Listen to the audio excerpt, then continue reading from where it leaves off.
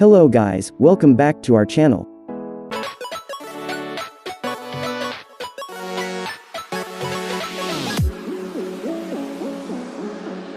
In this tutorial, I'm going to show you how to delete Facebook group in Windows. For more information about this tutorial, visit our article. Link provided in the description. Without any delay, let's get started. Open Facebook and log into your account. Click on Groups, which is on left side of the window. Select and click on the group, which you want to delete.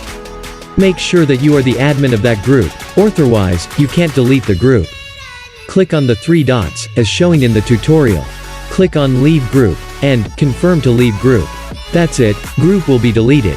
Hope you liked this tutorial. For more information, visit our article. Link provided in the description.